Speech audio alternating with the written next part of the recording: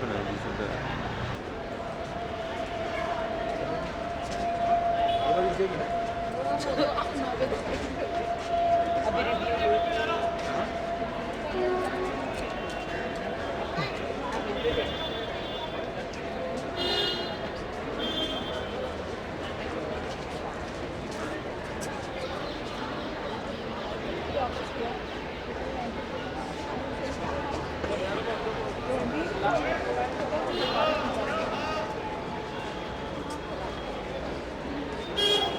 बंधन खोल। कल आरंभ हुआ महाविद्यालयों के चयनित नाटकों एवं नुक्कड़ नाटकों का ये समारोह 31 जनवरी तक चलेगा। 31 जनवरी को इसी सभागार में पुरस्कार वितरण संध्या होगी, किंतु उससे पहले आईपी यूनिवर्सिटी द्वारा प्रस्तुत नाटक दुविधा का मंचन होगा, जिसे प्रतिस्पर्धा की श्रेणी में नहीं रखा गया है। बात आज 3 नाटक खेले जाएंगे। पहला नाटक सूर्य की अंतिम किरण से सूर्य की पहली किरण तक, दूसरा नाटक चुप्पा और तीसरा नाटक अलगाव। सबसे पहले अब से थोड़ी ही देर में प्रस्तुत किया जाएगा इंस्टीट्यूट ऑफ होम इकोनॉमिक्स द्वारा तैयार नाटक सूर्य की अंतिम किरण से सूर्य की पहली किरण तक। सुरेंद्र वर्मा द्वारा लिखित इस नाटक के निर्देशक हैं वरुण शर्मा। प्रत्येक मंडली को अपना नाटक प्रस्तुत करने के लिए 50 मिनट का समय दिया गया है। 10 मिनट का अंतराल अगली प्रस्तुति की तैयारी के लिए 50 मिनट की अवधि के पश्चात निर्णायकों द्वारा एक घंटी बजाई जाएगी, जो नाटक खत्म होने का संकेत होगा। एक निवेदन, कृपया अपने मोबाइल फोन बंद कर लें। यदि स्विच ऑफ न कर पाए तो मौन सतर्क पर डाल दें अथवा कंपन सतर्क पर। आज की पहली प्रस्तुति सूर्य की अंतिम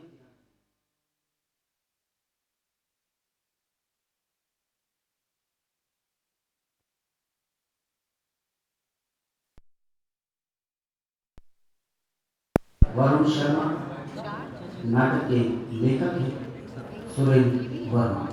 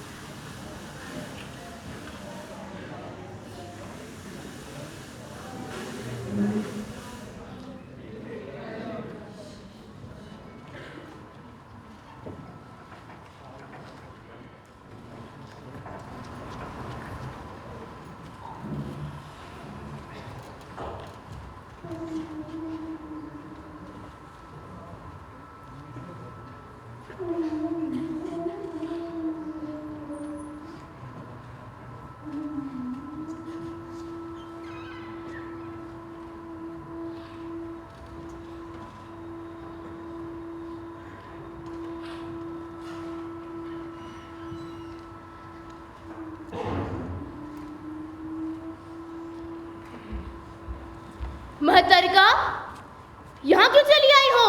मुझसे सहन नहीं हुआ वो श्रृंगार, इसीलिए। कपोलों पर विशेषज्ञ कौन बनाएगा? तुम्हारे जैसा सदा हाथ तो किसी का नहीं। तू बना दे। क्या बनाना है, कमल या शंख? अभी महादेवी से पूछा, लेकिन उत्तर ही नहीं मिला। वो तो जैसे बिल्कुल जड़ हो गई है, न उन तक कोई बात पहुंचती है, न उन पर कोई प्रतिक्रिया होती है। कुछ भी बना दे, क्या अंतर पड़ता है? अभी मैंने महामात्य, राजपुरोहित और महाबलाधिपति को भीतर आते हुए देखा है। महाराज को ध्यान से हटा लो ना। जिस मनस्थिति में वो है, उसमें इन लोगों से सामना नहीं होना चाहिए। कोई कुछ नहीं कर सकता बाबली। अगर कोई कुछ कर पाता तो ऐसी अनहोनी ही क्यों होती? एक बात बताओ। क्या? तुम तो महादेवी को बचपन से जानती हो। क्या ये सच है कि महाराज से ब्याह होने से पहले महादेवी किसी की बात करता थी? हाँ। कौन थे वो? थे उन्हीं के जैसे एक दरिद्र युवक, नाम था प्रतोष। लेकिन अब वो दरिद्र नहीं रहे, बहुत बड़े व्यापारी हो गए हैं।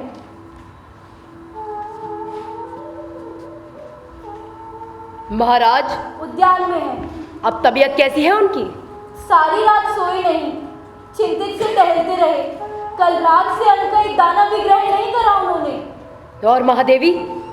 6 रातों की तरह कल रात भी उनकी आंख नहीं लगी, शैया पर करवटें बदलती रही।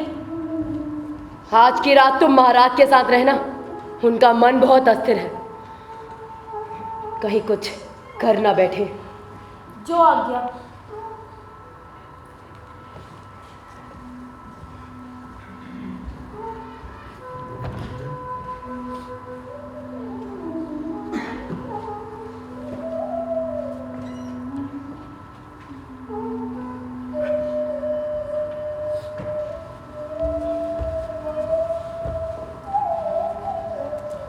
महत्तरिका, महाराज, क्या देख रही हो इतना डूबी हुई? सुध-बुध भूलकर? देख रही थी नीचे मंडप की ओर। कैसा बना है? बहुत कल्पनाशील। आज 1 सप्ताह पूरा हुआ है ना? हाँ महाराज। आज 7वां दिन है। जी। कुछ याद नहीं आता। अभी यही जानने का प्रयास कर रहा था कि कौन सा वर्ष है, तो कुछ हिसाब ही नहीं बना। संवत की संख्या की जगह महीनों के नाम आ गए, फिर उन नामों के स्थान पर तिथि का क्रम आ पहुंचा, और फिर उस क्रम के बजाय। महाराज, हम बहुत क्लांत हैं, आपको विश्राम की आवश्यकता है। निद्रा की, तंत्रा की, विस्मरण की। कैसे मिलेगी निद्रा, ये विस्मरण? जब तक है ये कक्ष, जब तक है ये शरीर, जब तक है ये जीवन। कौन है वहां? तो आप लोग हैं ओकाक की स्वामी भक्त मूर्ति। कहिए, और क्या आज्ञा है? हम आपको अपनी निश्चलता का विश्वास कैसे दिलाएं? हम जो कुछ भी कह रहे हैं केवल राज्य के हित के लिए, इसके अतिरिक्त और कोई भावना नहीं है। इसमें कौन संदेह कर सकता है? आप अच्छी तरह से जानते हैं मल्ल राज्य की परंपरा को। शासन काल के 5 वर्ष पूरे होते ही उत्तराधिकारी की घोषणा कर दी जाती है, और आपके ब्याह और सिंहासनारोहण को इतना समय बीत चुका है, लेकिन अभी तक कोई संतान नहीं हुई। दुनिया में कुछ क्या नहीं होता, लेकिन कठिन तो होता है। अब तो राजवैद्य ने भी हार स्वीकार कर ली है। और ये कहने में आपको कितना आनंद प्राप्त हो रहा है, ये सबसे कोमल मर्म बिंदु से जुड़ी है। आत्मसम्मान के साथ जैसे सूक्ष्म और जीवन तारों। लेकिन आप ही नहीं समझेंगे, आप पुरुष है ना, संपूर्ण पुरुष। अंधकार के इन क्षणों में हम भी भागीदार नहीं है।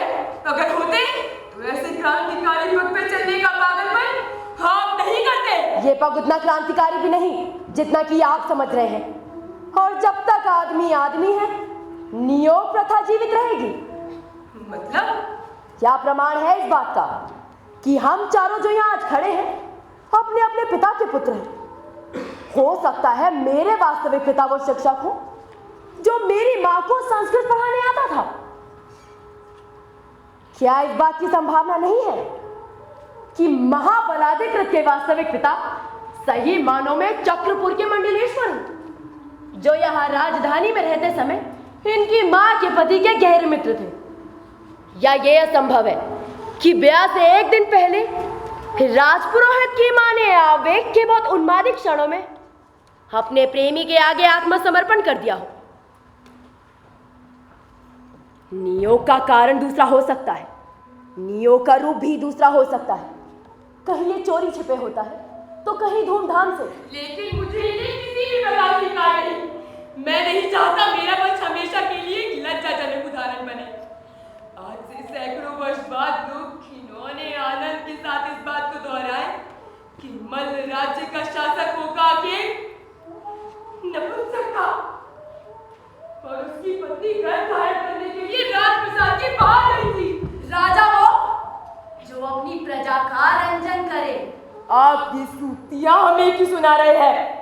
राजा की परिभाषा क्या होती है ये हम भी जानते हैं। जब जानते ही हैं तो वैसा आचरण क्यों नहीं करते हैं? क्यों प्रजा को एक उत्तराधिकारी नहीं देना चाहते? लेकिन ऐसा कौन सा संकट आ रहा है जो आप लोग एक ही बात की रट लगाए हैं?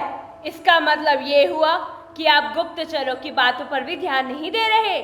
क्या मैंने आपकी सेवा में सूचना नहीं पहुंचाई थी कि इस ओर केतु और उस ओर वल्लभ राज्य के शासकों ने आपस में षड्यंत्र किया है कि मल्ल राज्य पर आक्रमण करें और हमारी सारी धन संपत्ति लूट लें? लेकिन ये तब की बात है जब मैं रोगग्रस्त था। अब तो मैं पूरी तरह मल्ल राज्य के कोने कोने में ऐसी चर्चाएं फैली हुई हैं कि महाराज ओकाक का देहांत हो चुका है और उनके नाम पर महामात्य, राजपुरोहित और महाबलाधिकृत शासन चला रहे हैं। क्या ऐसा नहीं हो सकता कि जानबूझकर या अनजाने में ही दोनों पड़ोसी राज्य हम पर आक्रमण कर दें? मल्ल राज्य की चिंता हमें भी है। ये ठेकेदारी केवल आप तीनों को ही नहीं सौंपी गई है। लेकिन जब ठेकेदारी अपने आत्मसम्मान को ठेस पहुंचाने के डर से अपना दायित्व न निभाना चाहता हो तो हम क्या करें?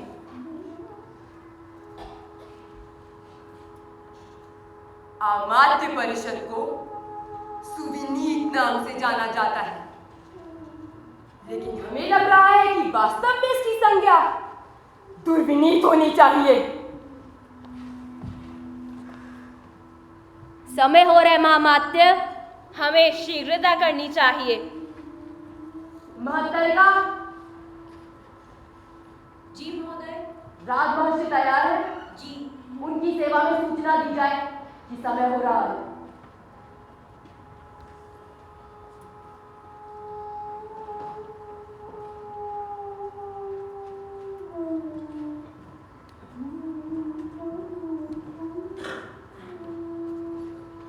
महादेवी, नहीं समझ पा रहा हूं कि इस घड़ी क्या करूं।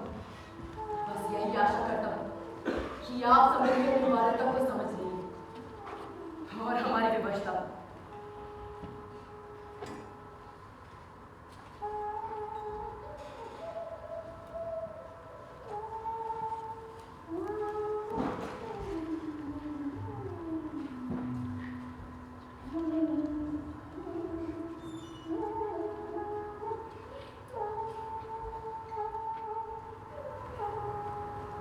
महाराज, महाराज, राजमहिषी को जयमाला दे दीजिए महाराज।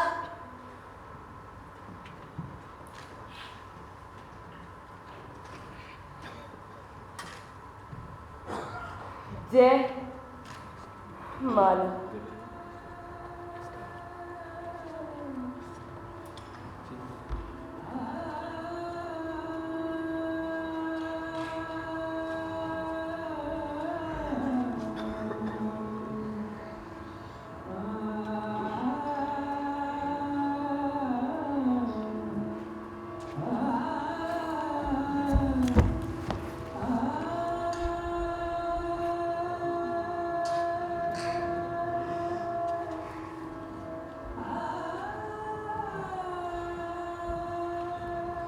महाराज, अब जो मैं कहूं उसको दोहराइए।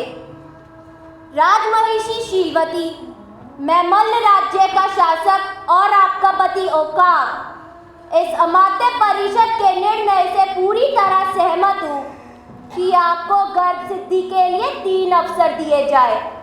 ये पहले अवसर की बेला है। कहिए महाराज। महाराज।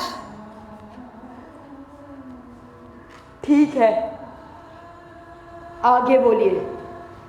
कहिए, मैं आपको आज की रात के लिए सूर्य की अंतिम किरण से सूर्य की पहली किरण तक उपपति चुनने का अधिकार देता हूं। कहिए महाराज। कह दीजिए। समय हो रहा है महाराज। अधिकार देता। कृपया पूरा वाक्य कह दीजिए। कह दो भैया।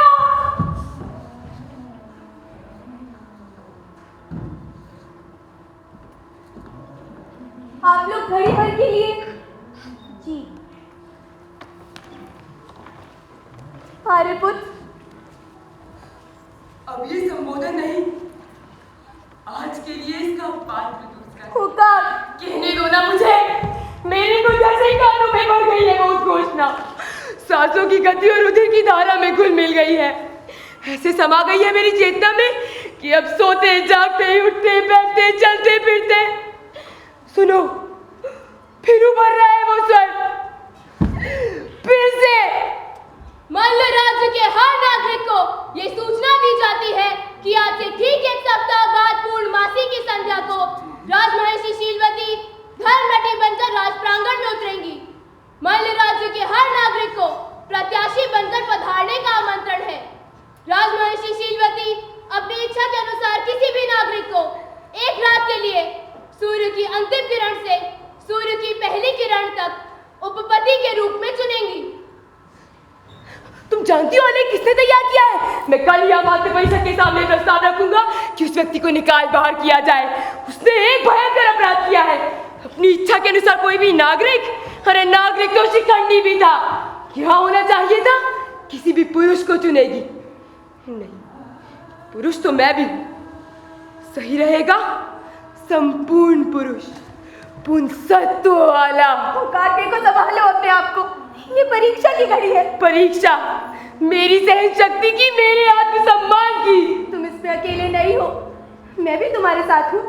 अभी एक सप्ताह से तुम्हारे दर्शन नहीं हुए। जिस दिन से घोषणा प्रारंभ हुई थी ठीक उसी दिन से मैं तुम्हारे सामने कैसे आ सकती थी? मुझे अपने आप को तैयार करना था। सारे संस्कारों के जाल छिन्न भिन्न करके, मूल्य और मर्यादाओं को तोड़कर अपना पूरा मनोबल इकट्ठा करके मुझे आज इस घड़ी तक पहुंचना था। उसके लिए दूरी आवश्यक थी, अनिवार्य थी।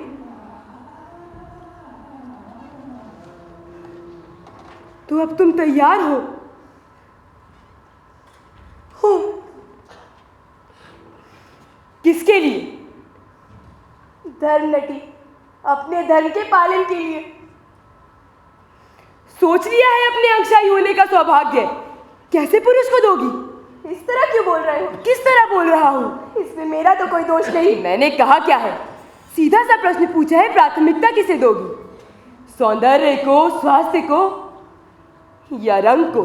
तुम जानते हो काक, मैंने स्वीकार कर लिया था। क्या? तुम्हें, तुम्हारे जो भी हो, जैसे भी हो। धन्यवाद। अब मेरा ये मतलब नहीं था काक। देखो, आज की रात हम एक ही संग्राम के योद्धा हैं। बस हमारा क्षेत्र अलग है, चुनौती अलग है। नहीं, बहुत अंतर है दोनों में। नहीं, तुम यहाँ सारी रात जागोगे, मैं वहाँ सारी रात जागूंगी। वही अपमान और लज्जा और ग्लानि, वही चिंता और घुटन और घबराहट। क्यों? घबराहट क्यों? कैसी बात करती हो? जानती नहीं, अंधा मन में मुझ जैसी स्त्री के लिए क्या विशेषण देते रहे हैं तुम्हारे कवि जन? असूर्य स्पर्शा, सूर्य की किरणों ने भी जिसका स्पर्श न किया हो, वही स्त्री हाथों में जयमाला लिए आज रात प्रांगण में उतरेगी, सहस्र दृष्टियों का केंद्र बनी, और एक रात के लिए किसी भी पुरुष के साथ चली जाएगी जिसे उसने कभी नहीं देखा, अरे जिसके संबंध में वो कुछ नहीं जानती, और उसे अपना पूरा शरीर समर्पित कर देगी। अपना रूप, अपना यौवन, अपना कौमार्य। अपने कौमार्य पर जितना दुख तुम्हें है उतना मुझे भी है। ओह, अब मैं क्या करूं? कहाँ जाऊं? मेरी हरकत का मोड़ क्यों लगा लेते हो काक, जो मेरा विपरीत ही नहीं है? किसे कह रही हो? मुझे या अपने आप को? तुमसे तो बात करना भी पाप है। हाँ, पाप है सब कुछ। मुझसे बात करना, मेरे साथ रहना, मेरे साथ सोना। मैं तुम्हें संभालूं या अपने आप को? महादेवी, मुझ में नहीं आता क्या करूं क्या ना करूं। महाराज की चिंता आप छोड़ दे। वे कुछ समझना ही नहीं चाहते हैं, इसलिए उनके लिए कोई कुछ नहीं कर सकता। अगर चाहे तब भी नहीं। और मेरे लिए कोई क्या कर सकता है? महादेवी, सोचती हूँ और कांप जाती हूँ। एक अनजाना भवन, उस भवन का शयन कक्ष, उस शयन कक्ष की शैया, और उस शैया पर वैश्या के मनोबल की जितनी सराहना की जाए उतनी कम है। ये आप क्या कह रही हैं महादेवी? बिल्कुल पहली ही भेंट और उसी में सबसे आत्मीय संबंध, विकटता की चरम सीमा और भंगता का अंतिम सोपान एक स्त्री की दृष्टि से आप नहीं देख सकते। बिल्कुल अजनबी पुरुष के साथ। स्वीकार करता हूं आपका उद्वेलन, लेकिन यूं सोचे कि बस एक प्रक्रिया में से निकलने भर की बात है।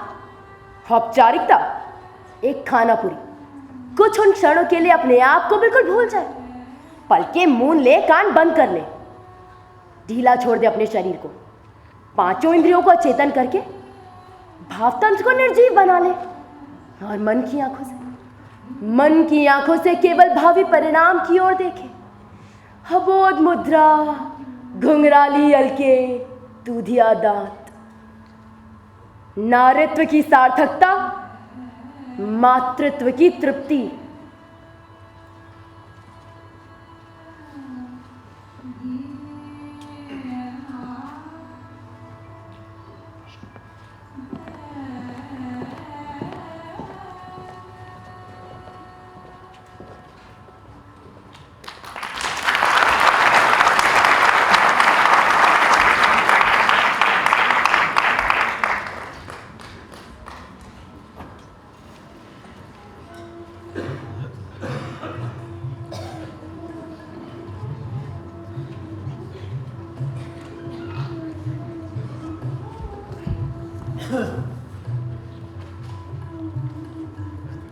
महाराज, आपके सर में पीड़ा थी, दबा दूं? ये लेप लगा दूं? ठीक हूँ अब।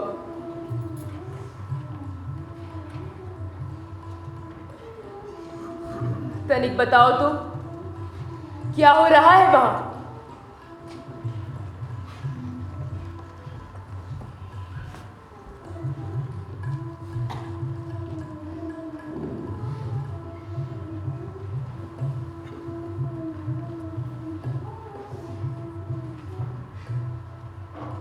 राजप्रांगण नागरिकों से भरा पड़ा है। सैनिक उन्हें आगे बढ़ने से रोक रहे हैं। प्रत्याशी दो पंक्तियों पर आसनों पर बैठे हैं। महादेवी हाथ में जयमाला लिए आगे बढ़ रही हैं। सबकी आंखें महादेवी पर हैं, पर मानो जैसे वो किसी को देखते हुए भी ना देख रही हो। कैसा गहरा मौन है। राजप्रांगण ना हो, शमशान भूमि हो। राजपथ पर एक रथ आकर रुका। उसमें से एक व्यक्ति उतरा है, मंडप की ओर आ रहा है। अरे, वो तो बिल्कुल पास आ गया, दोनों पंक्तियों के बीचों बीच। महादेवी एकदम स्तब्ध खड़ी है, वो भी उनको एकटक देख रहा है। आइए, इधर आइए। नहीं, नहीं, तुम ही बताओ, क्या हुआ वहां? महादेवी, क्या हुआ? अब मैं इस व्यक्ति को पहचान पा रही हूँ। कौन है? कौन है वो? आर्यप्रदोष। क्या हुआ वहां? बोलो ना, क्या हुआ? महादेवी ने आर्यप्रदोष के गले में जयमाला डाल दी।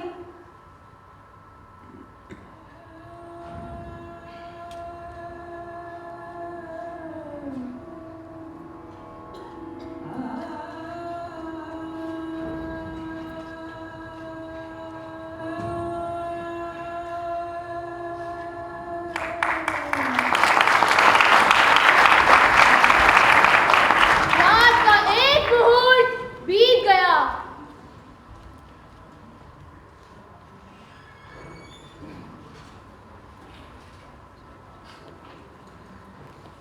महाराज, कुछ ग्रहण कर लेते, शरीर का पालन तो करना ही होता है। कुछ नहीं होगा मोहतरिका, कुछ नहीं होगा। जीवन बहुत निर्लज है। होने से पहले आदमी कितना सोचता है, कितना तड़पता है कि ऐसा कैसे होगा, क्यों कर होगा। मैं सह नहीं पाऊंगा, टूट जाऊंगा, चूर चूर हो जाऊंगा। लेकिन फिर उठ खड़ा होता है, चाबी के खिलौने के सामान। महाराज, कुछ ग्रहण नहीं करना चाहते तो विश्राम ही कीजिए, नींद आ जाएगी तो। नींद? महतरिका, आज की रात तो मुझे मृत्यु भी नहीं आएगी। तुम जाओ अपने घर, अपने पति के पास। मेरे लिए तुम क्यों उनकी निकटता से वंचित रहो? आज यहाँ नहीं है महाराज, किसी राजकीय काम से श्रावस्ती भेजे गए हैं। अगर होते तो क्या आज की रात? महाराज संकोच मत करो, बताओ महतरिका। कुछ कह नहीं सकती। क्यों? मेरा मतलब है कि कुछ निश्चित नहीं होता। क्यों? कई बातों पर निर्भर करता है। जैसे? मेरी या उनकी मनस्थिति, कार्य में अधिकता या कमी, थकान और मेरी शारीरिक अवस्था। महतरिका, आज की जैसी रातें सप्ताह में कितनी होती हैं और कितनी नहीं? महाराज अब तनिक सोचिए। जानता हूँ, ये सब तुम्हारी व्यक्तिगत बातें हैं और मेरा तुमसे कुछ भी पूछना अनुचित है। लेकिन तुम नहीं जानती, मेरा मन ये सब जानने के लिए कितना आकुल रहता है। मेरा कोई मित्र नहीं, कोई अंतरंग नहीं। राज सिंहासन एक अदृश्य दीवार की तरह है, जिसे लांग कर न मैं उस ओर जा सकता हूँ, न उस ओर से कोई इस ओर आ सकता है। मैं किसी के अनुभवों से लाभ नहीं उठा सकता, किसी को अपने भेदों का भागीदार नहीं बना सकता, किसी से अपना दुख नहीं बांट सकता।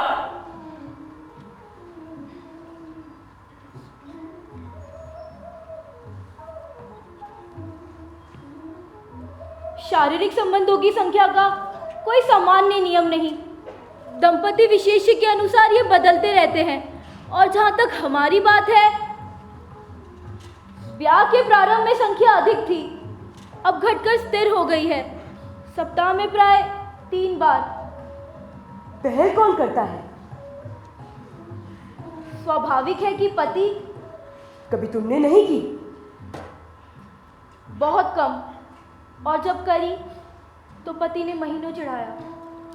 अच्छा महतरिका, मान लो कभी कुछ ऐसा होता है कि कोई दुर्घटना या कुछ, कि तुम्हारे और विराज के बीच ही संबंध नहीं रहता, तो क्या इस बात की संभावना है कि तुम धीरे धीरे? ऐसा कैसे हो सकता है महाराज? वास्तविकता की बात मैं नहीं कर रहा, लेकिन तनिक कल्पना करो। पल भर के लिए मान लो कि... कल्पना बहुत कठिन है महाराज। मैं सपने में भी नहीं सोच सकती कि... कुछ भी असंभव नहीं होता महतरिका, कुछ भी असंभव नहीं होता।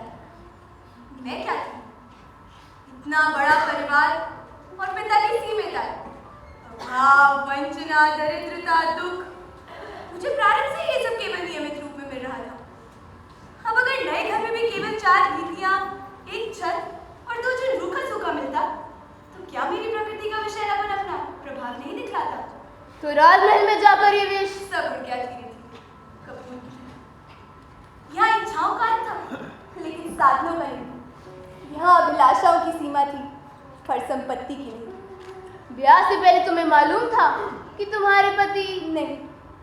अगर मालूम होता तो क्या निर्णय में परिवर्तन की कोई संभावना थी? छोड़, जो बीत गया उसे लेकर उलझने से क्या लाभ। कुछ अपने बारे में बतलाओ। सुना है बड़े संपन्न व्यापारी हो गए हो। हाँ, तुम्हारे ब्याह के साथ जब जाना कि कहीं कोई आस्था कोई विश्वास नहीं है, अगर कुछ है तो केवल मुद्रा, व्यक्तिगत सुख की खोज, तो बस फिर सारे मनोबल से जुट गया उसी के संग्रह में। तब जाना कि अर्थ का अर्जन उतना कठिन नहीं, बस तन और मन का पूरा समर्पण चाहता है। और इस तरह मैं मुद्रा राक्षस बन गया। सुखी हो? तुम सुखी हो? मैंने तुमसे पूछा है। तो दुखी भी नहीं हूं। वैभव बहुत कुछ दे देता है, और जो नहीं दे पाता वो उतना महत्वपूर्ण नहीं लगता। ब्याह क्यों नहीं किया? ये क्या होता है? व्यक्तिगत सुख की खोज में क्या ब्याह नहीं आता?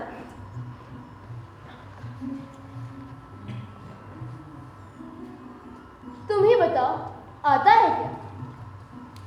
सुनते तो है, साधन बनकर ना, उसकी मेरे पास अब कमी नहीं रही। शरीर की आवश्यकता है, सो उसकी पूर्ति के और भी रास्ते। मैं केवल अपनी बात कर रहा हूँ, मेरी क्यों नहीं, वो तुम्हारी अपनी खोज। प्रारंभ हो तो गई है, बधाइयाँ। इस तरह क्यों बोल रहे हो? किस तरह बोल रहा हूँ? मैं सोचती थी कि तुम संतुष्ट होगे। किससे? जो कुछ हो रहा है उससे। देखो, ब्याह के बाद मुझे शायद तुम नहीं जानते, मैं अभी तक कुमारी हूँ। तुम समझती हो तुम्हारे कुमारे में अभी तक मेरी रुचि है? मैं तुम्हारी अपराधिनी हूँ, क्या उसका एक प्रतिकार नहीं हो सकता? हो सकता है, लेकिन एक उससे भी अच्छा है। सो क्या तुम यहाँ जैसी आई हो बिल्कुल वैसी ही वापस जाओ। अर्थात मैं तुम्हारा स्पर्श तब न करूं। नहीं, तुम मुझे इतना कठोर दंड नहीं दे सकते, मेरे साथ इतना बड़ा अन्याय नहीं कर सकते। शायद तुम नहीं जानते मैंने कितनी यातना सही है। उठो।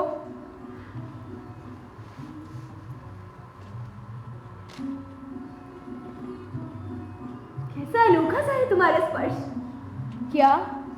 कितना उष्ण, जैसे कुछ जीवित। कैसी बातें कर रही हो?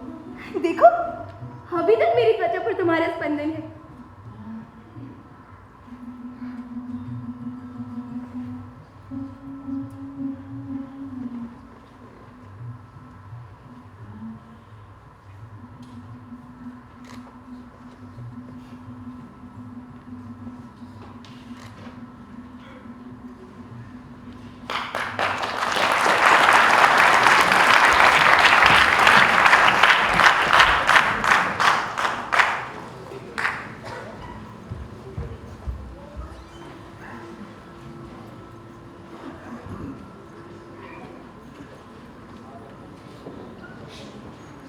महाराज, आपने बहुत पुराना आसव मांगा था। हाँ,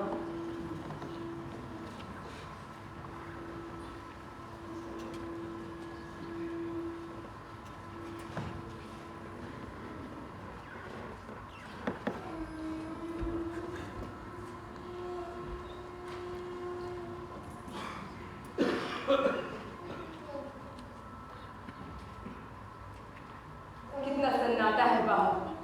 हाँ, बहुत।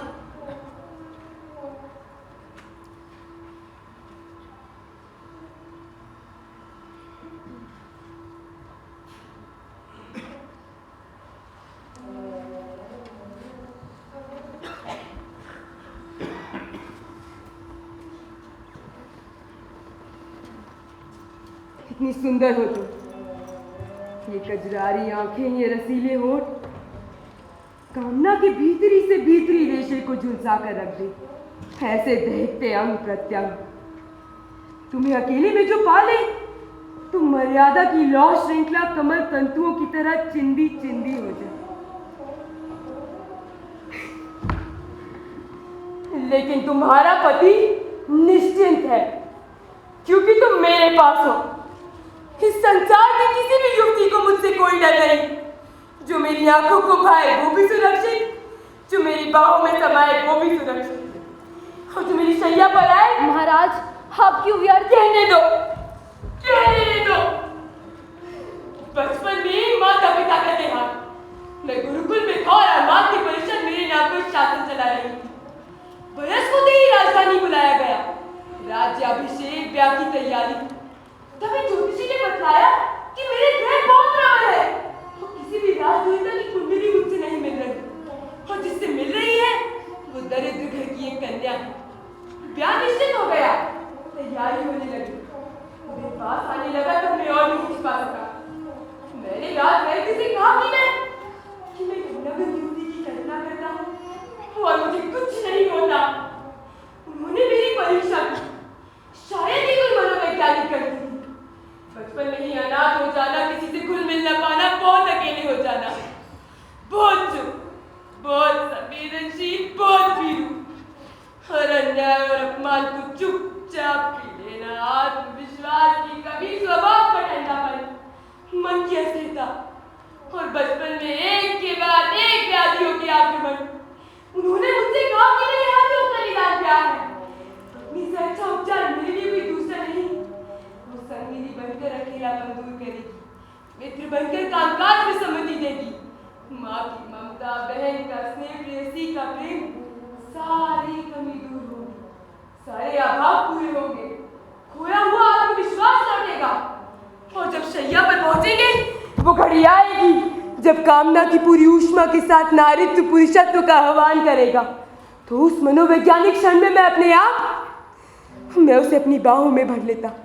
उसकी कजरारी आंखें, उसके लाल होठों के फड़कते हुए कोने, चुंबनों की अटूट कड़ियों के साथ मेरे रक्त का संचार बढ़ता। कांपती उंगलियों से मैं उसके वक्त से आंसू हटाता, उत्तेजित सांसों से मैं उसका नीवी बंधन खोलता। उसका युवा शरीर, उसका नग्न शरीर, थरथराते हाथों से मैं उसके बदन को सहलाता, तपते होठों से मैं उसके बदन के उभारों को चूमता।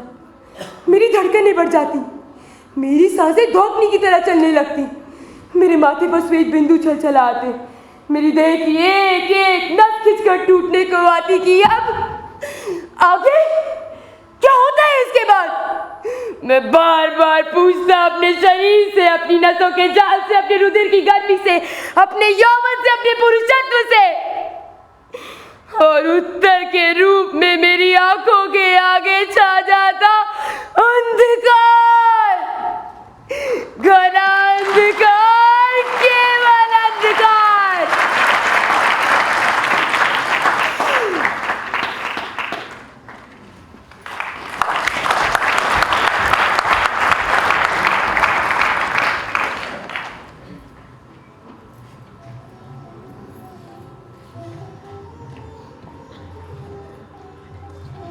आधी रात बीत गई।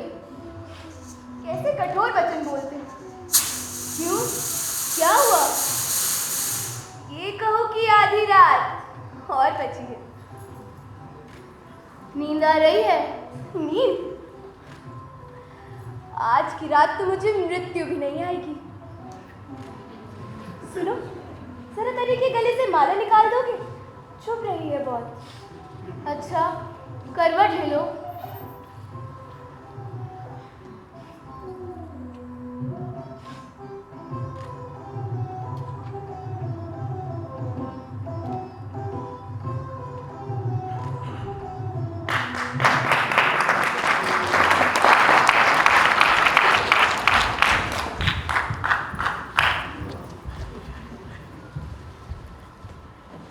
सूर्य की पहली किरण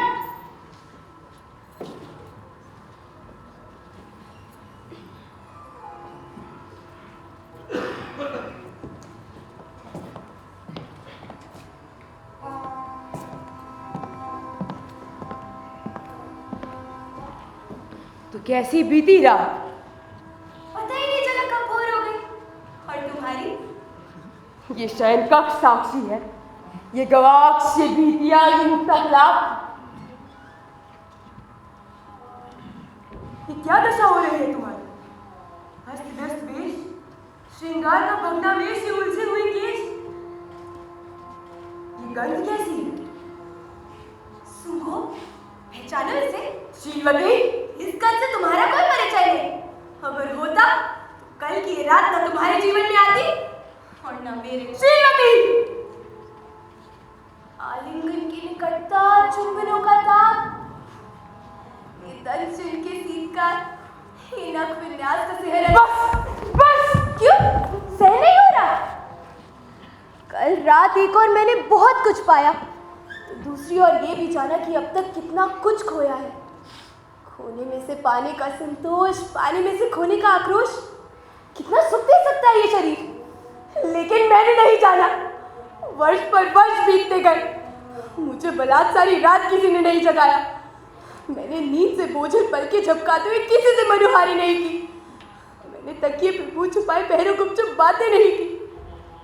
तुम जानते हो, जब दो शरीर पास आते हैं तो सम्मिलन का व्यक्तिगत इतिहास बनता है। निकट आने की पूरी प्रक्रिया अलग अलग सोपानों पर एक दूसरे की प्रतिक्रिया की जानकारी, देने का आवेग, लेने की व्याकुलता, ये साझेदारी मेरे जीवन में कभी नहीं आई।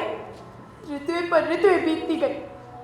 ग्रीष्म आए तो देह पर चंदन पोत लिया, वर्षा आई तो श्वेत वस्त्र पहन लिए, शरद आए तो कानों में नील कमल। क्या इनका कुछ प्रभाव नहीं पड़ता शयन कक्ष के ऊपर? नींद की अवधि पर, लेटने के ढंग पर, ये शैया की जगह पर, या बोलो मैं नहीं जानता। तुम चाहो तो भी नहीं जान सकते। 5 वर्ष तक मर्यादा निभाने में उतना संतोष नहीं मिला जितनी तृप्ति से एक रात में मिली है। उसके एक ही स्पर्श से भड़क उठाए लावा बिना बात महातरिका पर झुक जाती थी। चित्रलेख फाड़ फाड़ कर फेंकती थी, बेचैन सी शैया पर करवटें बदल देती और 4 लोग तुम्हारा मुंह लौटने को मन करता था। कितना अनुभवी है प्रतोष, जानता है कि कब, कहाँ, कैसे और क्या करना चाहिए। क्या करूं? भरी घघरी की तरह छलकी छलकी जा रही हूँ। कल रात कितनी बड़ी क्रांति हुई है मेरे जीवन में। मेरे तन मन का तो जैसे मानो इतिहास ही बदल गया हो। मैं अपने अनुभव बांटना चाहती हूँ किसी से। क्या करूं? किसे सुनाऊं? महातरिका, अपने विराट की सहचरी तने किधर तो प्रिय बृहस्पति। अरे कविता बन गई।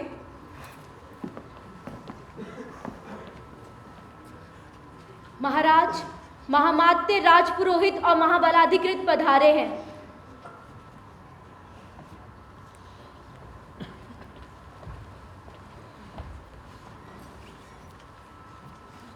कहिए महामात्य, कैसी बीती आपकी रात? महादेवी, अब बताइए बताइए, लज्जाइए मत। आपकी पत्नी के चेहरे पर तो अभी तक यौवन की चाह है। आप अवश्य कुछ गंभीर रहते हैं, लेकिन शयन कक्ष में पांव रखते ही बदल जाते होंगे। क्यों? श्रीमती, तुम अपने आप में भी नहीं हो। महादेवी, मर्यादा का उल्लंघन मत कीजिए। कितना सीमित है आप लोगों का शब्द भंडार, बार बार वही घिसे हुए सिक्के। राजपुरोहित में गुण है, इसलिए इनसे कुछ पूछ नहीं बैठे। वैसे हाल में कान में एक चंचल मेरा कह गई थी कि अपनी एक दासी के साथ इनके कुछ धार्मिक संबंध है। महादेवी, आप उस पर लाछन लगा रही हैं। ये धर्म के विरुद्ध है। बहुत लज्जा की बात है, आपको शोभा नहीं देती? यौवन को क्या शोभा देता है? आप भी तो युवा हैं। महादेवी, शील का कुछ तो विचार कीजिए। किया है श्रीमान, पूरे 5 वर्ष। अब रात की वही तो कुछ घड़ियां होती हैं जिनमें आदमी अपने को भूल सकता है, थोड़ा सा सुख पाता है। अब मैंने ऐसी कौन सी अनहोनी बात कह दी जो आप लोगों के चेहरे उतर गए? लेकिन संसार के आचरण के कुछ नियम हैं। 2 व्यक्तियों के बीच मर्यादा की एक सीमा होती है, जिसका उल्लंघन किसी भी महामात्य, इन खोखले शब्दों का जादू टूट चुका है। मर्यादा, धर्म, शील, वैवाहिक बंधन, सब मिथ्या, सब आडंबर, सब पुस्तकीय। लेकिन मुझे पुस्तक नहीं जीना, मुझे जीवन जीना है। क्या जीवन और पुस्तक का इतना गहरा विरोध होता है? कुछ ऐसे सौभाग्यशाली हो सकते हैं जिनका नहीं होता, जैसे महाबलाधिकृत का युद्ध कौशल पुस्तक से, जैसे राजपुरोहित का धर्मचार पाचिका से, जैसे आपका युद्ध नीति से, अर्थशास्त्र से। लेकिन मेरी ओर देखिए, मैं एक भ्राता स्त्री हूँ, लेकिन मेरे जीवन का काम शास्त्र से क्या सामंजस्य है, जिसने 5 वर्ष तक ये नहीं जाना कि पुरुष के स्पर्श में वो कौन से सम्मोहन है जो। क्या नहीं परामर्श दिया था आपने मुझे कल? अरे दोहराइए उसे। राज महर्षि की आज्ञा है कि आप उसे दोहराएं। मैंने कहा था कि केवल अपने लक्ष्य के बारे में सोचिए। जब आप अपनी पत्नी के साथ सोते हैं, श्रीमती, क्या सोचते हैं क्षणों में? अमात्य परिषद का चुनाव, सीमाओं की सुरक्षा या राजकोष की कमी? और आपकी पत्नी क्या सोचती है? दूधिया दांत और अबोध मुद्रा? कितने मूर्ख हैं आप, महामूर्ख, मूर्खों के सम्राट। अरे कहाँ होता है ध्यान उस समय? कौन सी स्त्री है तुम्हारे संसार की जो उस समय संतान का ध्यान कर पाती हो? नारीत्व की सार्थकता मातृत्व में नहीं है महामात्य, है केवल पुरुष के संयोग के सुख में। मातृत्व केवल एक गौण उत्पादन है, जैसे दही से निकलता तो मक्खन है, लेकिन तलछट में थोड़ी सी छाछ भी बच जाती है। हम सब छाछ है, छाछ। मक्खन कुछ और था जो जन्मदाताओं के जीवन में रस घोल गया। और तुम क्या हो? रातों की साझेदारी का प्रतीक? महादेवी, आप बहुत थकी हुई हैं। अपने आपे में नहीं है, विश्राम करें। सारी रात जागी हूँ सज्जनों, अब तो केवल पूरा दिन विश्राम ही करना है। अब हमें आज्ञा दीजिए। अमात्य परिषद बहुत बेचैनी से शुभ समाचार की प्रतीक्षा करेगी। पूरा मल्ल राज्य प्रार्थना करेगा कि उसे अपने राज सिंहासन का उत्तराधिकारी मिले। ठहरिए, महामात्य, राजपुरोहित, महाबलाधिकारी, अनिश्चय प्रतीक्षा भरा होगा और प्रतीक्षा अनिश्चय भरी। मैं कुछ समझा नहीं। अमात्य परिषद का निर्णय है कि वो मुझे 3 अवसर देगी। जी हाँ, 3। तो जाइए, घोषणा कर दीजिए कि आज से ठीक 1 सप्ताह बाद राजमहर्षि शीलवती धर्मनटी बनकर राज प्रांगण में उतरेंगे। लेकिन कुछ दिनों प्रतीक्षा तो करें। अगर रात का कुछ परिणाम हुआ तो? मैं आपको विश्वास दिलाती हूँ कि रात का कोई परिणाम नहीं होगा। असल में मेरे उपपति ने मुझे एक निरोधक औषधि दे दी है और अगली बार भी दे देगा। ओह, राजमहिषी धर्मनटी बनकर गई और गांव नटी बनकर लौटी है। लेकिन ये तो आप लोगों की सरासर चाल है। वैधानिक चाल में से निकलने की वैधानिक चाल। लेकिन मैं कैसे 1 सप्ताह तक प्रतीक्षा करूंगी? 7 दिन और 7 रातें, 7 बार सूर्यों के गौर घूमेगा। ये वैधानिक रास्ता जब बंद हो जाएगा तब? जब आवश्यकता होती है तो नए रास्ते अपने आप खुलने लगते हैं। अर्थात अब तुम किसी भी मर्यादा का पालन नहीं करोगी। कितनी युवतियां हैं जो प्यासे पहले ही कुमारी नहीं रही, और मैं तो ब्यादा होकर भी ब्रह्मचारिणी थी। लेकिन कब तक? मैं एक मामूली स्त्री हूँ। जब शरीर के माध्यम से जीती हूँ तो शरीर की मांगों को कैसे नकार सकती हूँ? तुम यहाँ तक जा सकती हो अपने स्वार्थ के लिए? और तुम कितने परमार्थी हो जो बिना सामर्थ्य की ब्याह के जैसा जघन्य पाप कर सकते हो? राजवैद्य ने कहा था, जब पत्नी पूरी ऊष्मा के साथ तुम्हारा आह्वान करेगी तो उस मनोवैज्ञानिक क्षण में अपने आप, यानी मैं तुम्हारे लिए केवल जाहिर होगी, केवल एक उपचार। तुमने ये नहीं सोचा कि अगर तुम्हारी चिकित्सा बेकार हो गई तो जीवन और भी बढ़िया मिलेगी। मेरे शरीर से ताप लेना प्रारंभ कर देते, नग्न नारद से अपने पुरुषत्व को जागृत करना चाहते थे। मैं पूरी तरह तैयार, पके फल की तरह टूट पड़ने को, उमड़ते ज्वार की तरह बांध तोड़ देने को, भरे मेघों की तरह बरस जाने को और प्यासी धरती की तरह एक एक बूंद अपने में समा लेने को, और उस मात्रा में 1/4 दूरी तय करती और मुड़कर देखते तो तुम वहीं खड़े थे, ठंडे, निस्तेज। तब मुझे फिर लौटना पड़ता। तुमने कभी जाना है रीते हाथों वापसी और यात्रा को?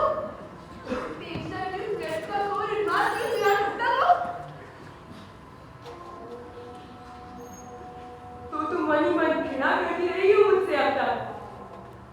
प्रारंभ में करती थी, कोई बात भी नहीं।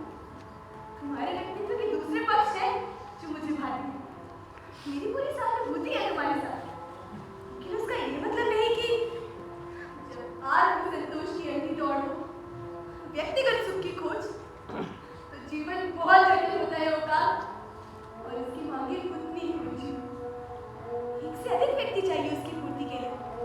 किसी से समाज में एक स्थान, किसी से भौतिक सुविधाएं, किसी से भावना की तृप्ति, तो किसी से शरीर का सुख।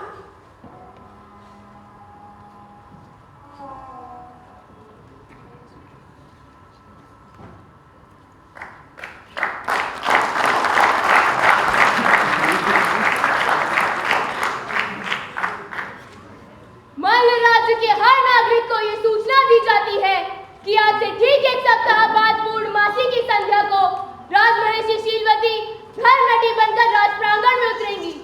मल्ल राज्य के हर नागरिक को प्रत्याशी बनकर पधारने का आमंत्रण है। राजमहेशी शीलवती अपनी इच्छा के अनुसार किसी भी नागरिक को 1 रात के लिए सूर्य की अंतिम किरण से सूर्य की पहली किरण तक उपपति के रूप में चुनेंगी।